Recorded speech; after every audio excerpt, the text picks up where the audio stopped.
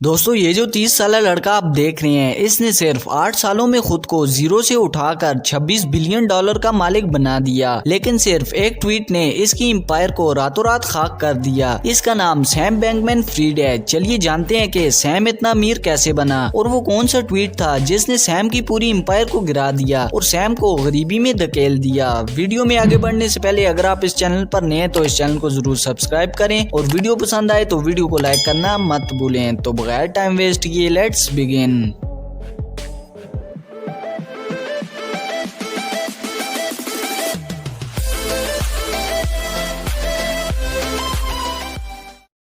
दोस्तों सैम की कहानी 2014 से शुरू होती है। 2014 में सैम ने MIT यूनिवर्सिटी से ग्रेजुएशन की और जेम्स स्ट्रीट में काम करने लगा। यहाँ काम करते करते सैम को लाइफ चेंजिंग आइडिया आया और सैम ने इस आइडिया पर काम करना शुरू कर दिया। दोस्तों ये आइडिया क्रिप्टो करेंसी में लूप होल को तलाश करना था और सैम ने इस लूप होल को तलाश कर लिया था। इस लूप होल के जरिए सैम अमेरिका से बिटकॉइन खरीद कर जापानीज मार्केट में महंगे दाम बेचता था। इस काम से सैम एक दिन में $25 मिलियन से भी ज्यादा कमा रहा था। सैम ने इन पैसों से एलामीडा रिसर्च के नाम से एक क्रिप्टो फर्म खोल लिया। इस फर्म में सैम ने अपने कॉलेज के दोस्तों और अपने साथ जेम्स स्ट्रीट में काम करने वाले लोगों को रखा। दोस्तों आगे बढ़ने से पहले जान लेते हैं कि एलामीडा रिसर्च का काम क्या था। दरअसल में ये अपने क्लाइंट्स को क्रिप्टो करेंसी में पैसे इन्वेस्ट करवाते थे। ये इन पैसों को मुख्तलिफ जगह इन्वेस्ट करके लोगों को सालाना 15% प्रॉफिट देते थे।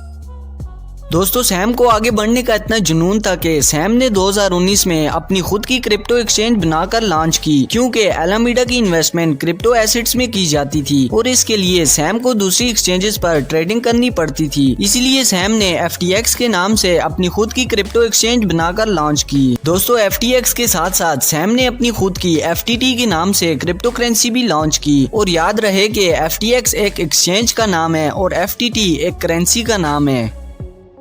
दोस्तों ये वो वक्त था जब लोग सैम और उसकी कंपनीज पर काफी ज्यादा भरोसा करते थे और इसी भरोसे की वजह से देखते ही देखते FTX में 10 लाख लोगों ने अपने पैसे रखवाए और वहां ट्रेड करना शुरू कर दिया। इन सब चीजों से सैम अच्छे खासे डॉलर बना रहा था, लेकिन इसके बाद सैम ने एक लालच की और यही लालच सैम की तबाही का बायस बनी। दोस्तों सैम ने एक्सचेंज के यूजर्स को ट्रेडिंग फीस में डिस्काउंट देना शुरू कर दिया। सैम ने कहा कि जो लोग अपने पैसे FTT में रखेंगे उन पर ट्रेडिंग फीस बहुत ही कम हो जाएगी। इस डिस्काउंट की वजह से लोगों ने FTT खरीदना शुरू कर दिया और देखते ही देखते FTT की कीमत बढ़ती चली गई। अब वो वक्त था जब क्रिप्टो की फील्ड में हर शख्स FTX और FTT का दीवाना हो चुका था। ये वक्त सैम के लिए गोल्डन टाइम था, लेकिन ये खुशियां चंद दिनों की मेहमान थी।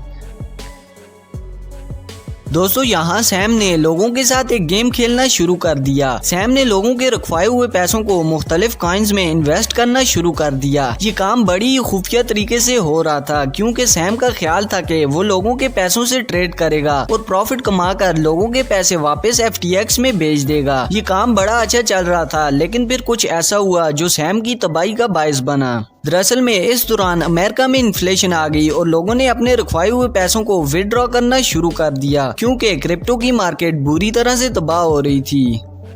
दोस्तों इस इन्फ्लेशन में सैम ने जिन कॉइन्स में पैसे इन्वेस्ट किए हुए थे वो पैसे पूरी तरह से डूब चुके थे। ये पैसे लोगों के थे और इन्फ्लेशन की वजह से लोगों ने FTX में से अपने पैसों को विदड्रॉ करना शुरू कर दिया, लेकिन लोगों के पैसे विदड्रॉ नहीं हो रहे थे। ये बात मीडिया तक पहुंच गई और एलामीडा की CEO ने एक इंटरव्यू के दौरान गलती से बता दिया कि FTX ने कस्टमर्स के पैसे एलामीडा को ट्रांसफर कर दिए हैं। ये बात सुनकर सारे कस्टमर्स परेशान हो गए और आपको बताता चलूं कि कस्टमर फंड्स को यूज करना बिल्कुल इलीगल है। सैम ने इस बात पर पर्दा डालने की काफी कोशिश की। सैम ने कहा कि सबके पैसे सही सलामत मौजूद हैं। इस सब मामले को एक शख्स चुपचाप देख रहा था और इस शख्स का इस कहानी में काफी इम्पोर्टेंट रोल है। वो शख्स CZ था। दोस्तों CZ सैम का दोस्त था और इसने FTX में $500 मिलियन इन्वेस्ट किए थे। FTX जब मशहूर हो गया था तो सैम ने CZ को $2 बिलियन देकर शेयर वापस खरीद लिए थे। सैम ने CZ को $2 बिलियन FTT करेंसी में दिए थे।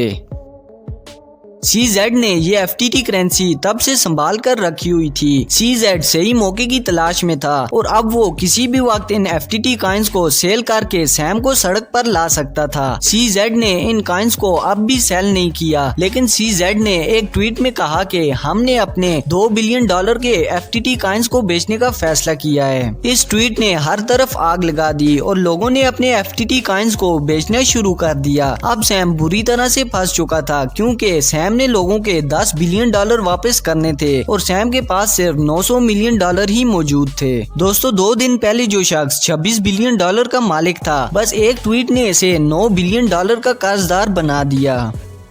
तो दोस्तों ये थी सैम की कहानी। उम्मीद करता हूँ ये वीडियो आपको पसंद आई होगी। चैनल को सब्सक्राइब करिएगा और वीडियो पसंद आई हो तो लाइक करना मत भूलिएगा और कमेंट में जरूर बताएं कि आपको ये वीडियो कैसी लगी। मिलते हैं अगली वीडियो में, तब तक के लिए अल्लाह हाफिज।